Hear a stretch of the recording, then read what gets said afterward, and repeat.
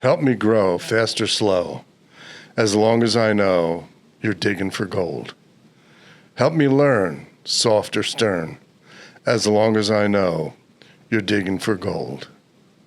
Life's a movie, the ultimate trip. You should have been told you'd be digging for gold.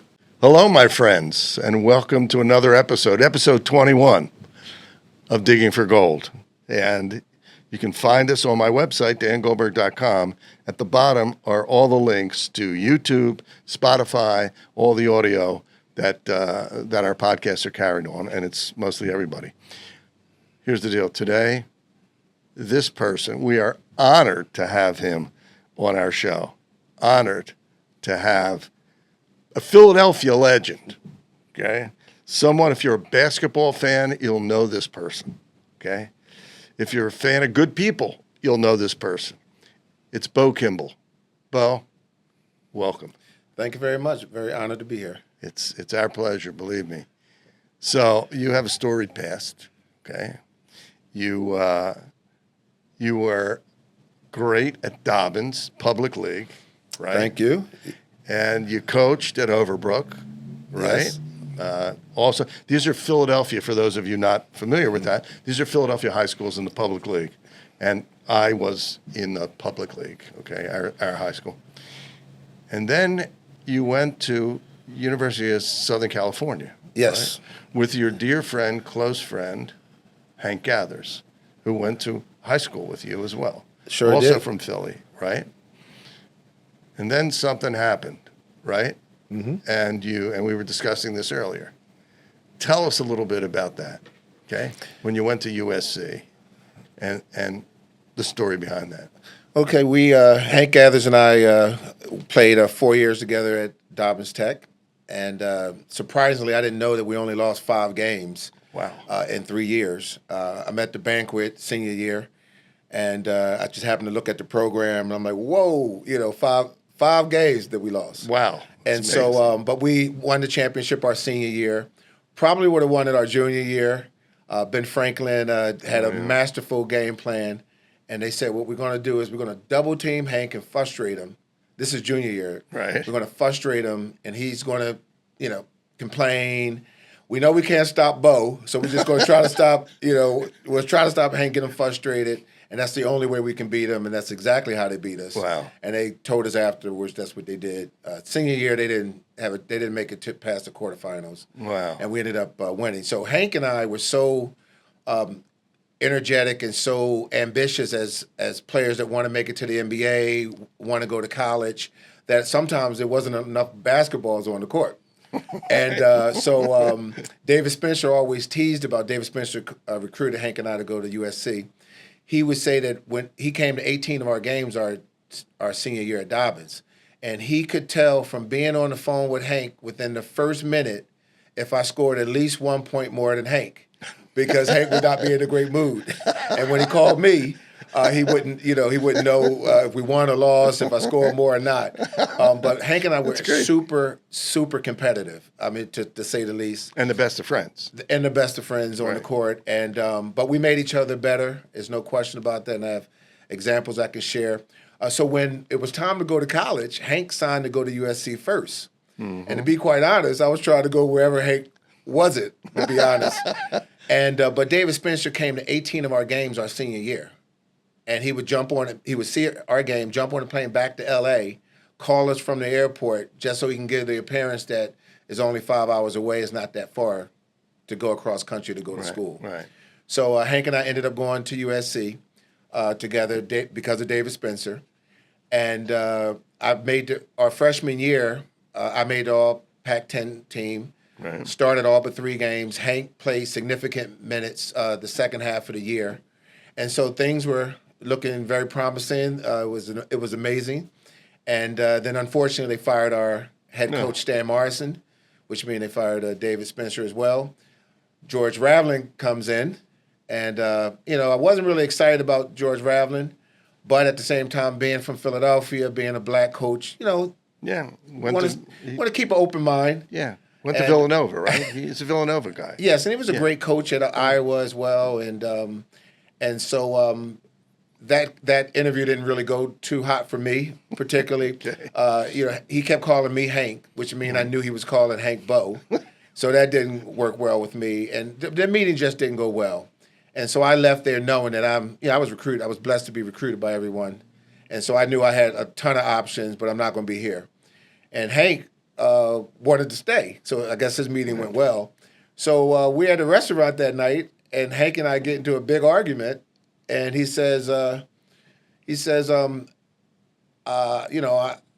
want to stay. I said, well, great, I'm leaving. And so we get in an argument, and I said, look, we didn't sign to come here together. If you want to stay, stay, because I'm going. The next day, he gets a letter from the school, and he sees me in the middle of campus, and he looked like he lost his puppy, and he's really sad. And he said, hey, man, did you get your letter? And I'm like, what letter? And he showed me his, and it recommended that our scholarship not be renewed because we didn't decide for the last 4 weeks, because it was a build-up in the media. Are they going to stay? Are they going to go? It was a really big deal. And I just would focus on, finals and passing. So whatever I decided, I had options. And then once we decided to go to Loyola Marymount because of the late Father Dave Hagan, who was Hank's elementary coach. And so late Father Dave Hagan, yes, was from St. Elizabeth. Yeah. And so Father Dave was... He was from Philly? Yes. He was from Philly, and he went to L.A.? Yeah, well, the late Father Dave Hagan stayed in Philadelphia. But he asked, he said, before we make any decision, please, he knew Cassie Westhead, Paul Westhead's wife, to just give him a chance. And I can tell you right now, I know Hank felt the same way. When we saw that edit, when we saw the tape that Paul Westhead put in front of us, it wasn't an edit. It was just so extraordinary how the shooters were just shooting. Everybody was just running up and down the court. And I just knew if this is not an edit, I knew there's no better place for me to be. And Hank and I decided to go together. And the rest is history. They set records for scoring, didn't they? We sure did. I could just tell you, just as a student athlete, being in L.A., Hank loved L.A., I loved L.A., just being on a team where the coach tells you that every time you're open, at least for me inside the hash mark, if you don't shoot the ball every single time, have a seat next to me because that's where you're going to be. And so imagine the green light. Imagine just a coach telling you that, and he was dead serious. And then we also knew as a team that when Hank Gathers got the ball in the paint, whether he got an offensive rebound or whether we ran a play for him, we knew Hank's not passing that ball to anybody. He's shooting with 2 people and 3 people because that's, Hank was a scorer and wanted to score. So now we might pass, but we were highly recommended to score. So, and Hank was blessed to lead the nation in scoring and rebounding our junior year, which was the second person ever to do it. And I was so proud of him, happy for him. And I missed 18 games because of knee cartilage damage with my knee. So Hank had a chance to shine and get more touches, of course. Right. And then when Hank started having problems our senior year, now, by the way, Hank inspired me to want to lead the nation in scoring. I'm like, well, wait a minute. I'm happy for him. He's on the cover of every magazine. And I'm happy for him. But I'm like, wait, I'm a better scorer than Hank. So that inspired me to want to lead the nation in scoring.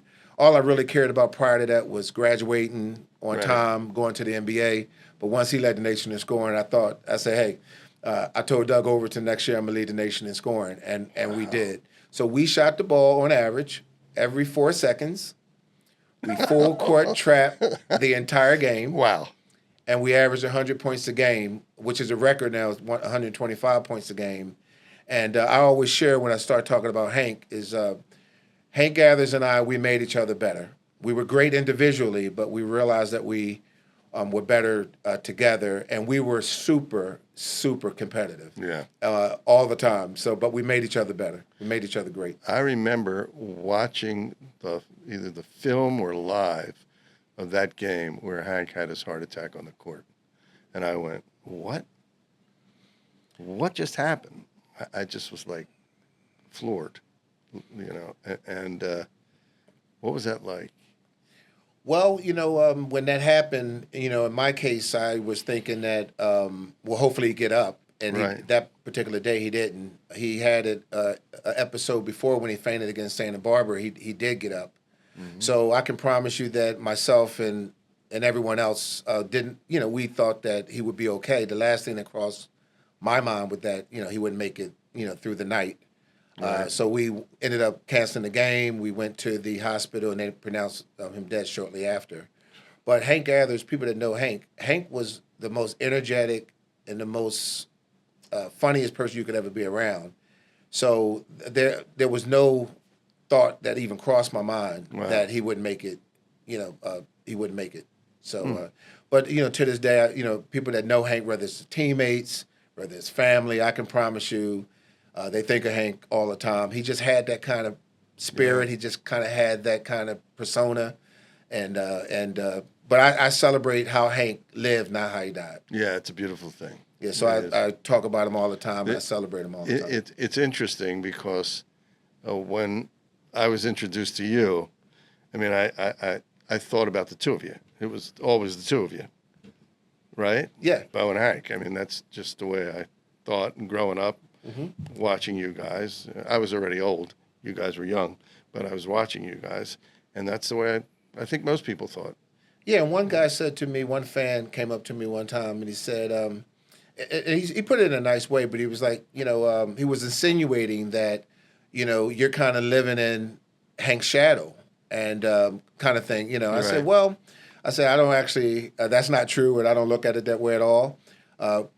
Hank, when he was alive, it was always the Hank and Bo show. Yeah. Hank Gathers, Bo Kimble was always that in life. So when he died, when people think of Hank Gathers, they think of Bo Kimble. I mean, that's just the way it goes. It's true. And if you're going to have that association, I'm glad that I'm associated with someone who was one incredible athlete, but more importantly, Hank was even better of a person. Yeah. So that's what people don't understand. So if you want to associate, my name with Hank's name forever, that's a privilege, that's an honor because of what Hank stood for. And so I don't look at it as a negative at all. Yeah, and you guys were a team. And I was leading the nation in scoring. Right. Because he inspired me. I was number one in the world in scoring, Right. whether he lived or died. So exactly. And I was going to the NBA, That's whether true. he lived or died. So, Yeah, and you did. And I was a lottery pick, 8th pick in the draft. Yeah, 8th pick in the first round of the draft. Well, a lottery pick. Lottery pick, and Wow. still a record right now, 35 points a game, 35.3 to be exact. Wow. Still a record. Yes, and I have the highest scoring average in the tournament, NCAA tournament, which is 37.9. It's still a record. And I didn't know that until about, I don't know, maybe 10 or 15 years ago. I'm at a sports bar, and one of the players from Gonzaga, his last name is Morrison, from Gonzaga, and he came close. He averaged 28. And so I'm at a sports bar, and I don't think I was in town. I think I was out of town somewhere, and they showed him as number 2. And I see my name like number 1. I had no clue. And so, that was a really good feeling to see that. That's great. Listen, I got to tell you, I don't think I scored 37 points in 10 years at the playground, total. So that's amazing. It is amazing. But that year was really special too.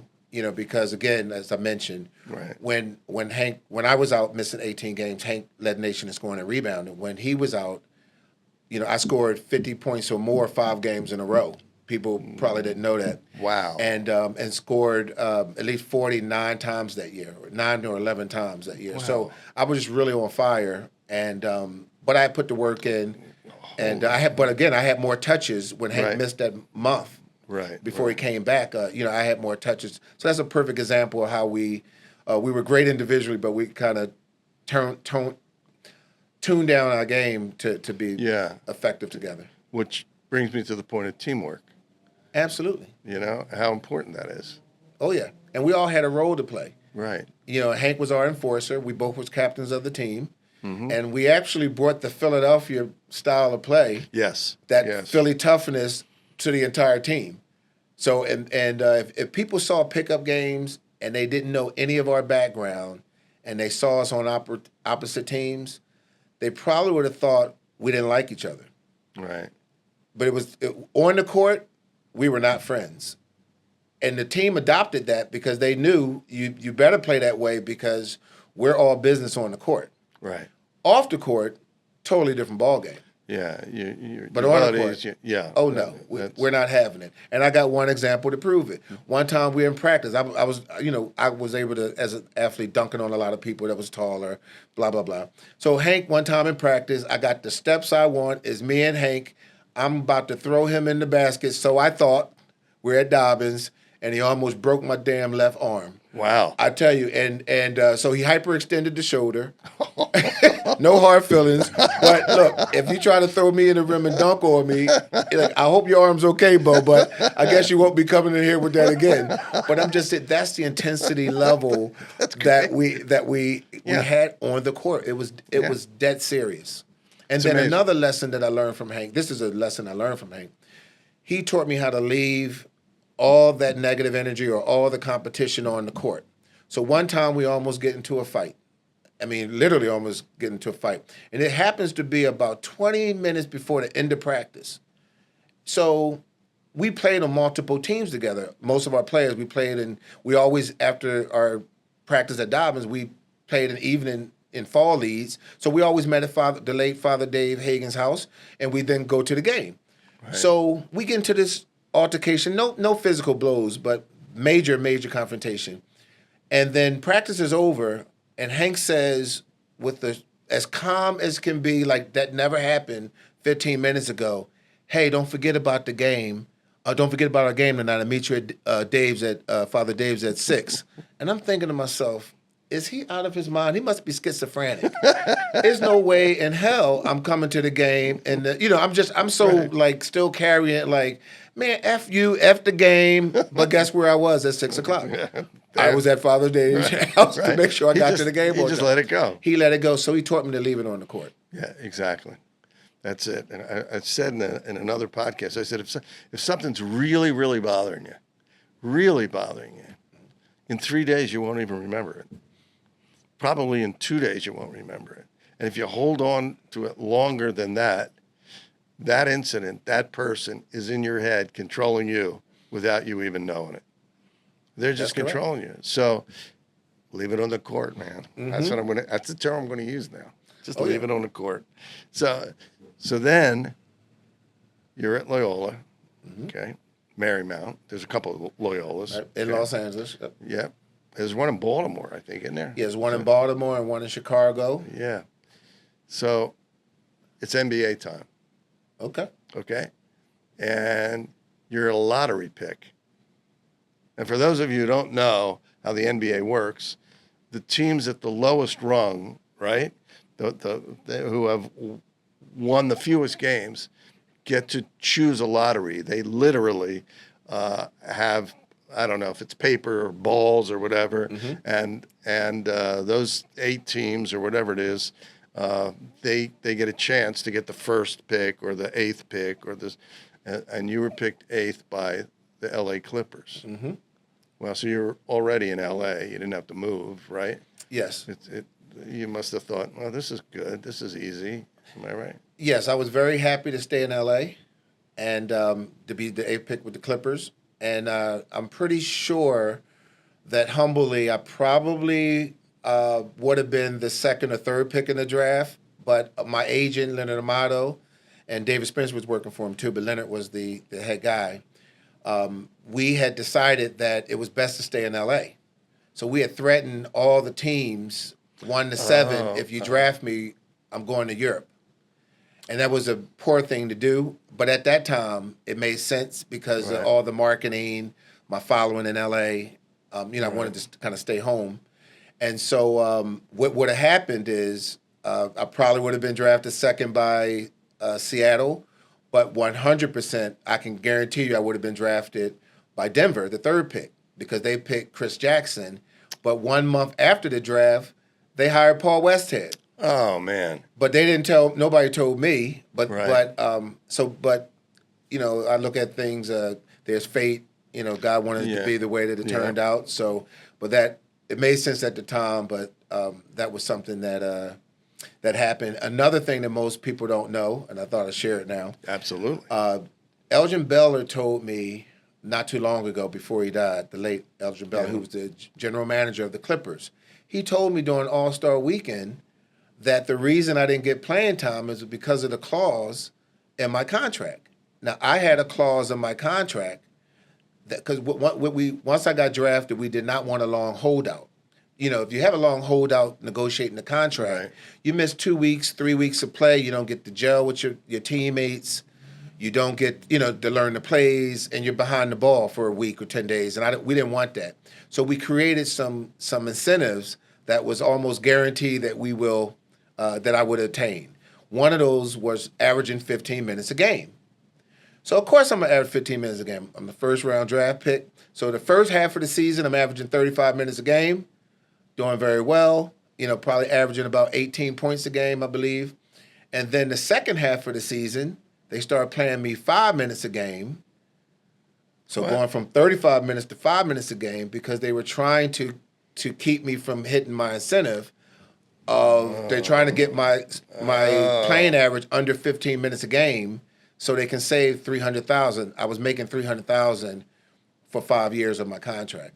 Wow. So I didn't know that. Now, if Elgin never told me that about 5 or 6 years ago, I wouldn't have known that at all. I would have been wondering how come I didn't get playing time.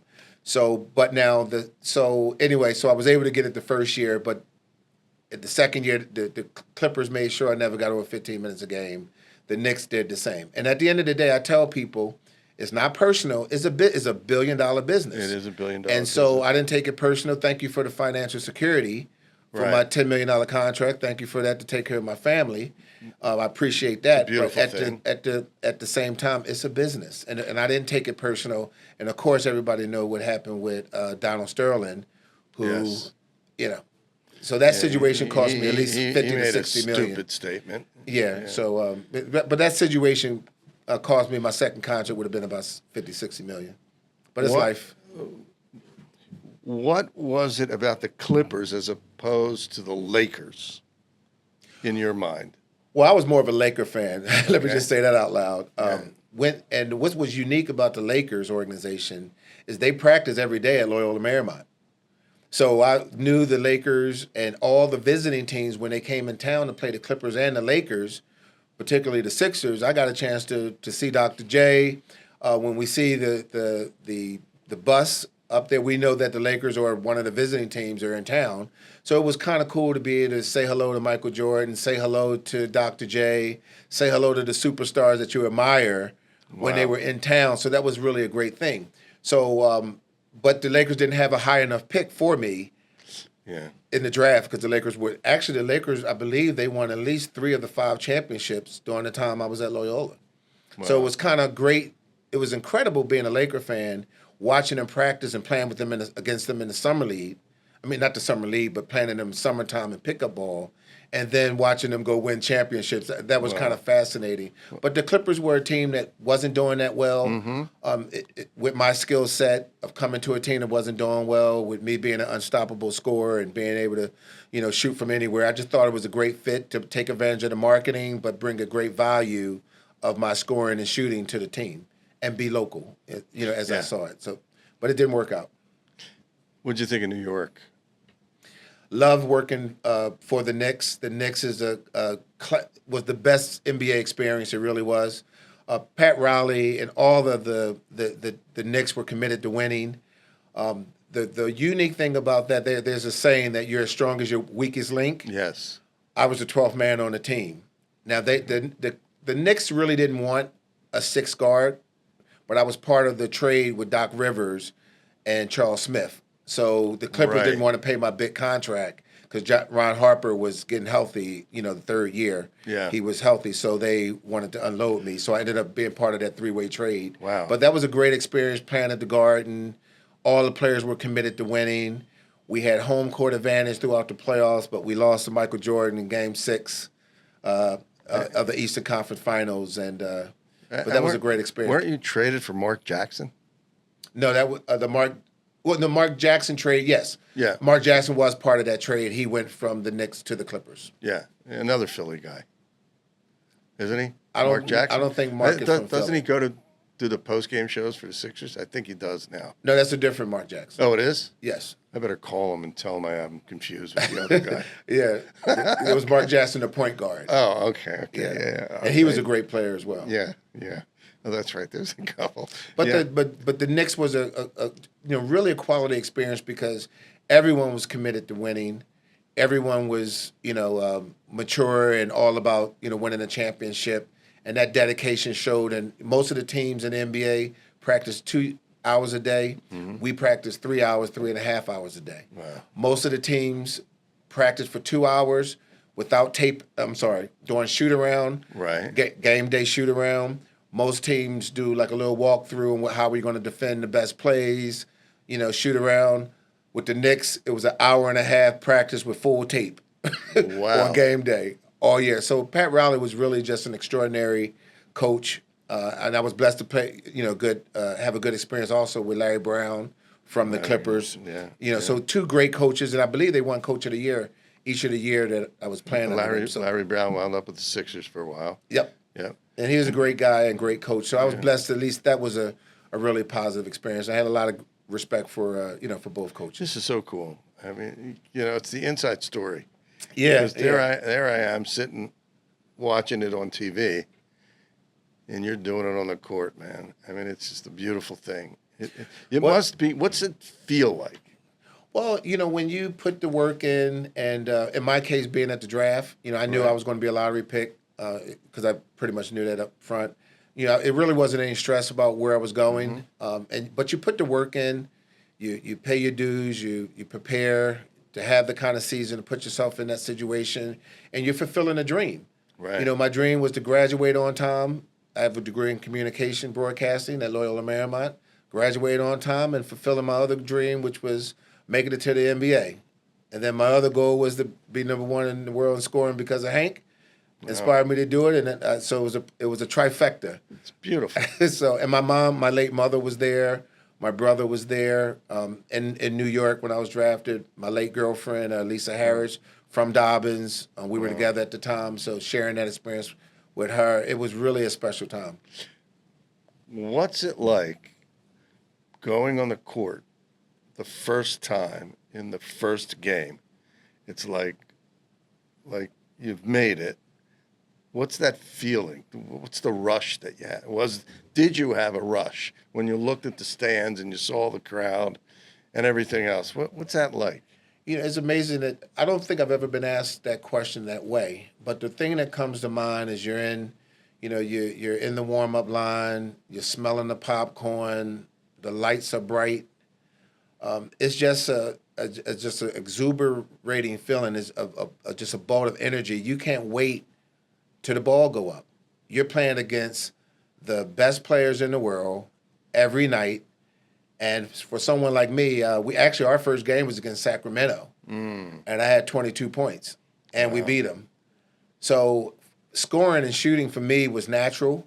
And I was prepared for all the everything that happened as far as from a skill set. I was prepared. When I was younger, I played against people that was bigger, stronger, faster, and better. So the last thing, when you put the work in, the last thing you are on the court is nervous. You're just excited and ready to play. So I'm living a dream and paid millions of dollars to play a game that I love that I'd be playing for free if I wasn't here in the NBA. Wow, so it was a dream come true for me. That is amazing. I always wanted to know that. I always wanted to know how a player felt the first time they walked on the field, the court, the rink, whatever it is, and knowing that that's what they wanted to do their whole life. Two NBA stories that come to mind. One was the Bad Boys. I'll talk about that one first against Detroit. They're a very physical team. Rick Mahorn? Was that Rick Mahorn? Rick Mahorn and Isaiah Thomas and all of them. So it was one particular play where Vinnie Johnson body slammed me to the ground. And I got so upset. Well, I got a technical foul the first 6 games of the season. And what the teams Wait a were minute, doing, you got a technical foul? I got a technical foul. Each of the first 6 games. So what the veterans were doing is they were calling ahead to try to get me revved up. And they thought they were kind of taking me out of my game. They wasn't. Right. If they knew my history, they know if you get me upset, then I'm going to go on a scoring spree and I'm going to, start dominating the game, which is what I did that game. I think we lost to them, but I had 28. And I basically said, okay, I basically tried, instead of scoring the ball, I try to run you over and take your head off. But anyway, but that game, that just reminded me that physicality just really brought out the Philly in me. Had 28. The greatest story I love sharing, one of the highlights is I got a chance to start against Michael Jordan, who I feel is the best, hands down, the best player ever. We had that conversation before we went on the air. Yes. I have a different person, but I get it. And Will Chamberlain, a lot of people say Wilt, and he was my neighbor in Bel Air for 6 years. But I clearly say Michael Jordan. For me, it's no doubt about it. But anyway, so I'm going up against Michael. I'm excited as can be. Now, as a scorer, all throughout high school, college, and in NBA, after every game, I always look at the score, at the score sheet and the stat sheet and see how many I scored. Well, the first game against Michael Jordan in LA, we beat him, and Michael only had 12. So I'm excited. I'm so excited to play against him, not nervous at all. And my whole thought process was, no matter what, I'm not going on none of your posters because I got all 3 of them at the house hanging up. I'm not going to be on the 4th poster. And I know I can't stop you, but I'm going to make, I'm in the best shape of my life. Right. You're going to work for everything. So I'm excited, to play against Michael. So when he had 12 points, and we beat him, I never looked at my line because I just was too excited that we beat him and he only had 12. Wow. So I'm sure Michael, being the greatest and being super competitive, at some time before that next game in Chicago, I'm sure he couldn't wait to get me to Chicago because he lit me up like the 4th of July. So he said, he couldn't wait for me to get between the lines. Michael had 38 points, wow. But it was like the 4th of July 38. Right. I mean, it was very loud, and he hit about 5 turnaround jumpers, and he was trying to dunk on me the whole time. But what he didn't know is I had his tape, and I probably watched the tape a good 100 times. So a lot of moves that he was doing, I already seen it because I stole a couple of his moves myself. So I would pressure him, and then I stepped off. I think it was messing him up. But in Chicago, he was on fire. He hit 5 straight turnaround jumpers on me. And I am telling you, I don't play poker, but in poker you have to have a straight face. Yeah. So I know I would love to see what that face looked like because inside I'm saying I can't believe he made it because he's fading away so far and he's jumping so high that I'm thinking there's no way he's making those shots. He made all 5, and I don't think any of them hit the rim. And I'm just walking around. I'm running back like it ain't a big deal. But inside I'm thinking, holy this is a big deal. It was crazy. But that was one of the, great NBA stories. And another one, this is really important to me. When I was outside of the NBA, like 3 or 4 years, I was in the CBA lower division development lead. And Micah was I think I was at his restaurant, and he was with his whole entourage. He was on his way. And he was right about to walk, between the revolving door. And, I saw him, and he saw me, and I was getting ready to get up from the bar and come and say hello and give him a hug or whatever. And Mike beat me to it. He came to give me a hug, and then we talked for a quick minute. And I tell you, man, that was one of the best feelings ever. Here's the greatest player that ever played. The love and respect I got for him as a player and as an athlete, that he had enough mutual respect for me that he beat me to it. I'm getting ready to get up and say hello to him, but he comes to say hello to me. That's one of my best, NBA stories or sports stories that here's the greatest player I have mutual respect. The same mutual respect I got for him, he has for me. Yeah, so it's a beautiful thing. Yeah. That is a beautiful thing when that happens. Yeah, thank you. Yes, yeah, it's great. Now I have another question for you. Sure. Okay. So you're in the court. You're in the NBA. You come to Philadelphia. Play the Sixers. What was that like, coming home to play the Sixers? Now that was incredible because Barkley was there, and that reminded me of this one story with Barkley. So I'm like, excited to play in front of your family, your friends. The Sixers is my hometown team. I'm a diehard Philly fan first for all sports. Even though I've been in LA for 40 years. But anyway, so I got a chance to. It's Barkley and we're on the fast break. And it's Barkley and I'm getting ready to throw his you-know-what right in the rim. So I thought. So I do my wind-up, the dunk on him, to do a monster dunk on him. Barkley got it clean, just like Hank did at Dobbins. He got it clean. blocked it, forward the ball up, started a fast break, and he was walking down the court like Matumbo, like, "No, man, no, yeah, no, rookie, not today." Matumbo used to do that all the time. Yeah, so, but in that kind of situation, if you try to lay it up, he's going to probably block it anyway. Right. And I just had no fear. But it was just great being, coming home, playing against your hometown, your favorite team ever, which is the Sixers, and coming home. And that was a great feeling as well.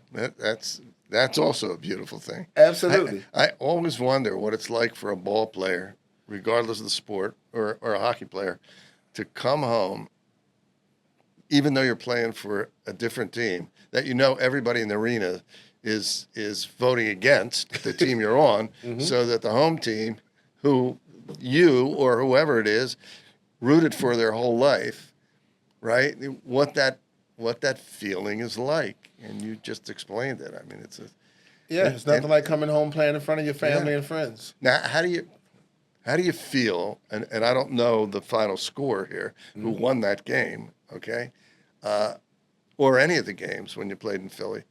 What's it like when the team you rooted for your whole life beats you? Well, you feel the same way you feel about any loss. A loss is a loss, but it's a little bit different energy. Like if I was playing for the Sixers and got traded and came back, you probably really want to kick your old team's butt. Right. It wasn't that kind of energy. It was just, darn, we had a chance to win. Just it's a normal, not good feeling when you let a game get away. So it was that kind of thing. Yeah, but all your friends. Right, but afterwards, you're happy to see your mom and your Right. your brother and sister and close family members. That's pretty cool. And your coach Yank, Rich Yank, yeah. was everybody. Yeah. All the key people in my life was there. Father Dave Hagan, so that was that was a great moment. Now, I want to get into another aspect of your life. Okay. And that is 44 for Life. It's a charity, a foundation you're involved in, right? Yes. Tell us about that. So 22 years ago, I was playing in a summer league game with the YMCA, and it was a guy by the name of Robert Carter who went to sudden cardiac arrest as Hank did. Wow. And so I knew his face. I didn't really know him personally, but I knew his face by playing in that league a couple years. And he had Hank's complexion as far as physique, muscle physique and tone, triceps, bicep, and muscular tone, Right. and complexion. And he didn't make it. He had when the sudden cardiac arrest. I didn't know CPR at the time. I didn't know first aid. There were one or two people that said they knew CPR, but they didn't help him. So I'm one of three people fanning Robert Carter, and he didn't make it. So by the time I got home, I realized that he had died, and I was extremely, extremely upset. Like here's another person that died like Hank Gathers did, and so I said I got to do something about it. I'm no longer going to be helpless. Robert Carter didn't need us to fan him with a towel. He needed somebody to do chest compressions. So from that moment, I started 44 for Life in honor of Hank Gathers. Hank Gathers' number was 44, so I named the nonprofit 44 for Life, and I became a CPR instructor. And I said that the next time a sudden cardiac arrest situation happened, that I would not be helpless. I'm going to intervene.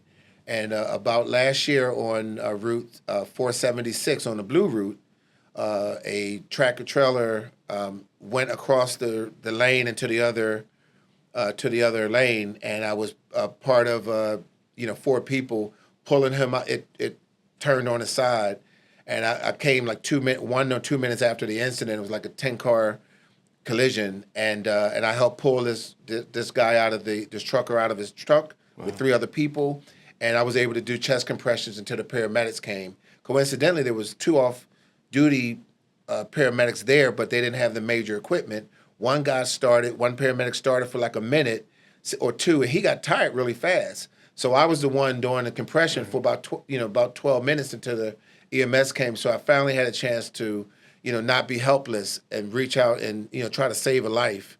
And that was the first life that I believe I helped save.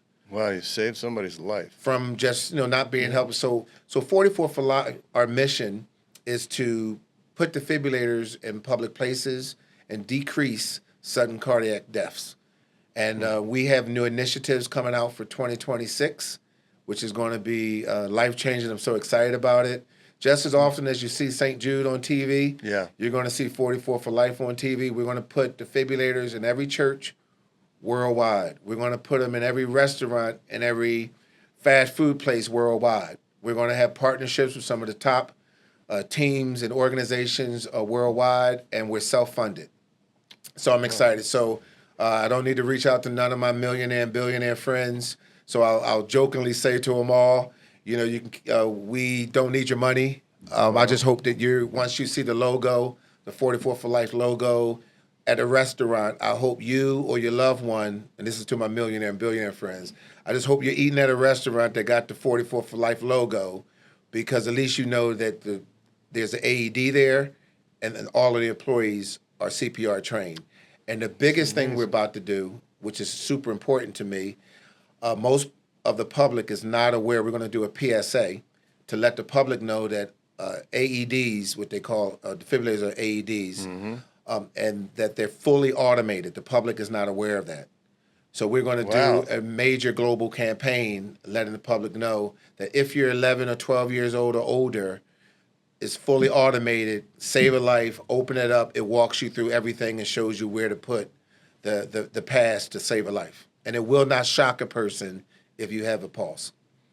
So that's what I'm excited about. So as I say to people, our mission is to decrease sudden cardiac deaths, but there's no better way to spend my time than to turn something that's tragic, like the death of Hank Gathers, the death of Robert Carter, into something that's proactive and turning something tragic into something extremely positive, while I celebrate those two, but particularly celebrating Hank Gathers. That's outstanding. While we're saving lives. That's outstanding. That's great.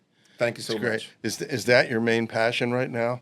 Is Absolutely. that your main? And are there any other things that you're involved with? Well, I'm also for years I've been helping individuals and companies get access to capital. I've been in business consulting. I've been doing business consulting, so I'm excited that I'm working with some HBCUs to put together a fund that most of the HBCUs they have a lot of land, but no money, not as much money. Yeah, like the Division I schools. Yeah, their endowments are smaller. Yes. So with the funds that we're going, by the way, that's historically black universities, colleges, and HBCUs. So our listeners out there know. So we're in conversations with about 15 of them that we're going to be bringing capital that won't be a matching fund. We can tap into the matching fund to help them receive those funds, but we're going to put together a fund where if they want to partner up with someone like me, we can bring those funds forward. And in many cases, they won't have to put up a lot of money at all. I'll put up all the capital. That's great. So it's kind of giving back, and we're also going to be implementing a AI program that's going to be at all the HBCUs that we're working with, and that's a program that's going to teach AI from the ground up and be ahead of all the AI learning curve. You know, you should get for a spokesman for that, Allen Iverson. He's AI. Oh, there you go. Every time somebody says we're concentrating on AI, I said he hasn't played basketball. Artificial intelligence. I know, and that's the future. Yeah, and so it is the future. But to be able to bring that program to the HBCUs is something that I'm excited about, and bringing that level of capital to let them play on an equal playing field with the capital we're bringing forward. I'm excited about it. And have you done any or cooperated with maybe the HBCUs as far as entrepreneurial training, intrapreneurial training? If somebody wants to do a startup, courses in that, like from an academic standpoint, I'm involved in things like that. Yeah, there's been talk about having trades, teaching them certain trades, bringing that forward too. But with our capital, they'll be able to build the department they might want to build. I get it. They'll be able to use the funds in the partnership. They'll be able to use the funds that's best going to lift their enrollment and build the things that they want to build. My job as a developer would be to put the money behind whatever master plan they have and work out that partnership where they pledge the land, I pledge all the capital. I get it. Okay. Because I was thinking to also help the students that are there to start their entrepreneurial ventures. But this is really for the universities themselves to get involved as far as growth and helping them build new ventures. Am I correct in that? Yes. So that program that I mentioned, the AI program, will be a program that in 6 to 8 months, when they get their certification, they'll be able to make $150,000 a year and be hired immediately. And in less than 2 to 3 years, they'll be making $350 million and be able to work for a Fortune 500 company, and we'll help them secure those contracts. So that's significant, and that's an online program. We're going to start it in Wilberforce, in Ohio, but we're going to extend that program to any HBCU that would love to give their students that opportunity. Here in Philly. But that's part of the entrepreneur type of situation, along with bringing trades to certain schools, doing an internship that would allow them to get employment through that internship as well. So there's different opportunities, but it's all basically providing the funding and allow them to build out their master plan and help them be more sufficient and not have to worry about capital. Yeah, because they are at a disadvantage when it comes to endowments. I know that, you know. So my pledge was, if given the opportunity, I'm going to bring all of the money, which we're doing with the first situation. I'm going to bring all the money, all the development, and when everything's done, we're going to manage everything. All they have to do is say yes, and they can tap into the fund. Wow. You're listening to this? Unlimited capital. Unlimited capital. HBCU administrators, listen to us, okay? Listen to Bo. Listen to what he has. It's phenomenal. We'll be reaching out to all of them soon. We're working with about 15 now. Phenomenal. But word of mouth they'll be calling. If I don't call them first, they'll be calling. That goes without saying, it doesn't? Yes, God is good. I'm blessed to be able, God is good. Just like I did with the foundation, blessed to be able to share resources and just give back to the community. And it's a beautiful thing. Yeah, it's a blessing to give back. It is a blessing. And you have a team around you? I'm very blessed. I have an extraordinary team. It's great. Brotherly love at its best. Philadelphia, brotherly love. That's Everybody, right. if you've never been to Philly, it's an amazing city.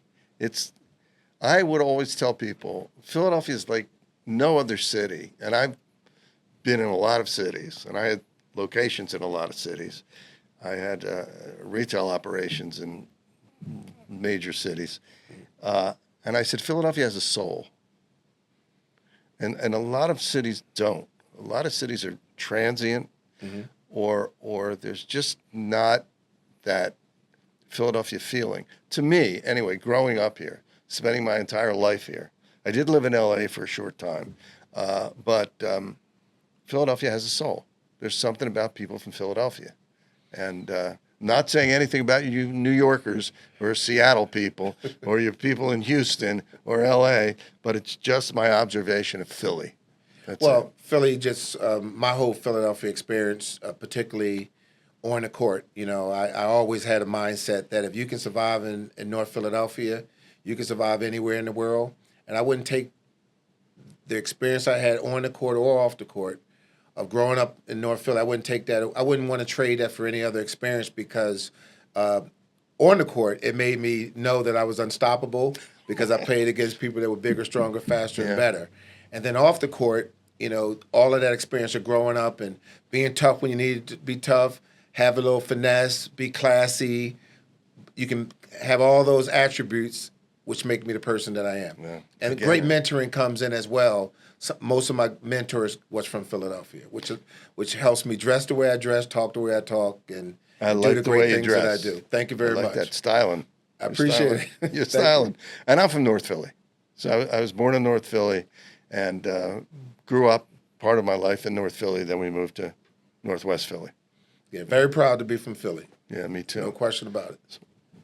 Moving forward, okay, is the 44 for 4, right? 44 for life. Yes. And which is, by the way, my favorite numbers for athlete is 44 or 4. Okay. Yeah. And Wes Covington, no. Wes Chamberlain played for the Phillies. He was number 44. But anyway, things that I remember. What else would you like to? What other pearls of wisdom about teamwork? Because you were always on a team. Mm-hmm. It wasn't that it was one-on-one. only in practice, maybe with Michael Jordan on occasion. Mm-hmm. But what advice would you give people about teamwork? Well, whether you're in sports, on the court, whether you're in corporate America and you run a Pepsi, corporation, it's not about the individual. It's always a team play. The CEO is not the delivery person of Pepsi. He's not there. There's a CEO, there's a delivery person, there's an administrative person, there's a IT person. All of those logistics and team play is the only way you can be successful. It happened with Loyola Marymount, with Hank Gathers and I, and it's happening in business right now. The things that I talk about, I may be the person that have the ideas, have the passion, but I'm smart enough to surround myself with people who are as smart as I am or smarter. And in many cases, I'm telling you, they're smarter. Mm-hmm. So that's the blessing. So to think that you can do it by yourself, you cannot. You cannot pass the ball to yourself. Right. So, you can play tennis and you can play golf. Right. But, those are sports you can kind of do it yourself. But generally speaking, you need team play, and a team will make you better than being an individual. You're always stronger as a team. And I'm blessed to have that. I understood that on the court. I understand that off the court. So teamwork, stay in your lane, have confidence in each other, and excel in what you're great in, and have confidence in your teammate to deliver on what their task and their role is. Mm-hmm. And my role for Loyola Marymount, and for I'll just talk Loyola for a minute. My job was to score and shoot and put points on the board and shoot every time that I got the ball. Hank Gather's role, other than being a captain of the team, mm-hmm. Hank Gather's role also as the co-captain was to rebound, block shots, and score. And he did. That was our role. But we also had great role players. We had a point guard that if you didn't stop the ball in 3 seconds, guess what? He's getting ready to run right down the heart of he's ready to score a layup. So mm-hmm. you have to focus on him, which with that pressure allowed you to be forced to deal with the three-point shooters, which was Jeff Fryer and I. And then when you focus on that, well, guess when we miss, Hank Gather's coming down and getting the offensive rebound in 4 seconds by beating the five-man, beating his guy down the court, getting all the offensive rebounds against guards. So it was a team effort. It was a system.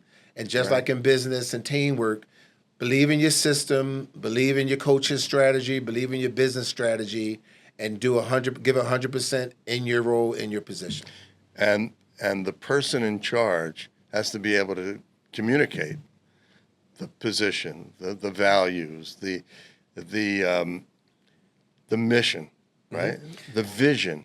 And that person has to know how to delegate. Like you're saying, mm-hmm. there are people working with you who may be as smart or smarter than you in certain areas. And that's what a basketball coach does. That's what a baseball coach does, a football coach, a hockey coach. They, in baseball, would be the manager and coaches, but mm-hmm. they have to know how to delegate. If you don't know how to delegate, you're going to run into trouble. You got to believe in the system, believe in the structure that's supplied, and you got to have 100% buy-in. And the teams that have 100% buy-in, they normally win the championships and they do well. Look at the Eagles last year. Yeah. The Super Bowl champs, because it was 100% buy-in. You could see it on the court. You could see it off the court. They were moving a certain way, and that's great coaching and great leadership in the front office as well. And the players understand that. They do. The players understand that, and if they don't, that's right. So go Philly teams. Let's go. Go Philly teams. Let's have the Phillies actually win the World Series next year. That would be interesting. And if you're not a Phillies fan, I get it. You want your team to win it, but we're Philly people, so that's right. Understand that. I watched the Flyers the other night. They look good. The Sixers, wow, they're looking good. They're 4-0 at this point. At this point on this date. Now we don't know when this all comes out. They may lose a game and so forth, but they were looking good. I'm hoping Embiid stay healthy. Me too. And more importantly, I hope he don't take more than 5 3-pointers, whether they're going in or not, because it proves to the people that you don't have good basketball IQ. Yeah. So I'm hoping and praying that he stays in the paint so he can win a championship for himself, for the organization, and for the city. He's an extraordinary player, but it drives me nuts when he shoots more than 5 three-pointers. My son loves him. He's a great player. He's a great player. No question about that. You know, hope he stays healthy. That's it. It's about health. Would you ever consider coaching again? Absolutely. Yeah, that's one of my passions, is to be a Division I coach in basketball, college basketball. Wow. And I wouldn't mind being a coach in the NBA. I was part of their first program that the NBA partnered up with the Players Association. I plan to reconnect with them. The first 20 players that they selected, I was the first 20 players that they selected as part of that program. So I do plan. That's one of my dreams, one of my passions. Wow. But also, I'm dedicated to 44 for life. Yeah. You'd You'd be now. a great coach. Who can I call? Who can I call to hire you to be a coach? I got to think about that. Well, any program that have good athletes, and the portal right now changes everything. In the portal, being able to go in the portal and get players and have a budget and all of that. Yeah. So it's pros and cons to that, but right. There's a whole different culture out there now. There's a lot of basketball teams. Yeah. A lot of basketball teams. So if they need a Division I coach, Are you wanna listening? run the system, let me know. I'm available. There you go. Well, I hope someone's smart enough to call you and bring you in. Thank you very much. You'd be a blessing for them. I'm living my dream every day. Yeah, it's a beautiful I'm very thing. blessed. Well, this has been extraordinary. I can't thank you enough. You're very welcome, Dan. It's great. And I wish you all the best for 44 for life. And if I can help in any way, just let me know. Okay? Okay. And hopefully our listeners, our viewers, will also help in any way they can. Okay? And we'll be looking for those logos in those restaurants and all those other places for 44 for life. And hopefully we will see you. Wait a minute. Hold it. It's the Sixers. Okay. Okay, I'm ready. Let me get my bag. Okay. Bo, thanks, man. Oh, you're that was welcome. perfect timing. Oh, by the you're way. welcome. That My call pleasure. was perfect timing. My All right, pleasure. folks, Bo Kimble. Can't thank him enough. This was great. We'll see you next time on Digging for Gold.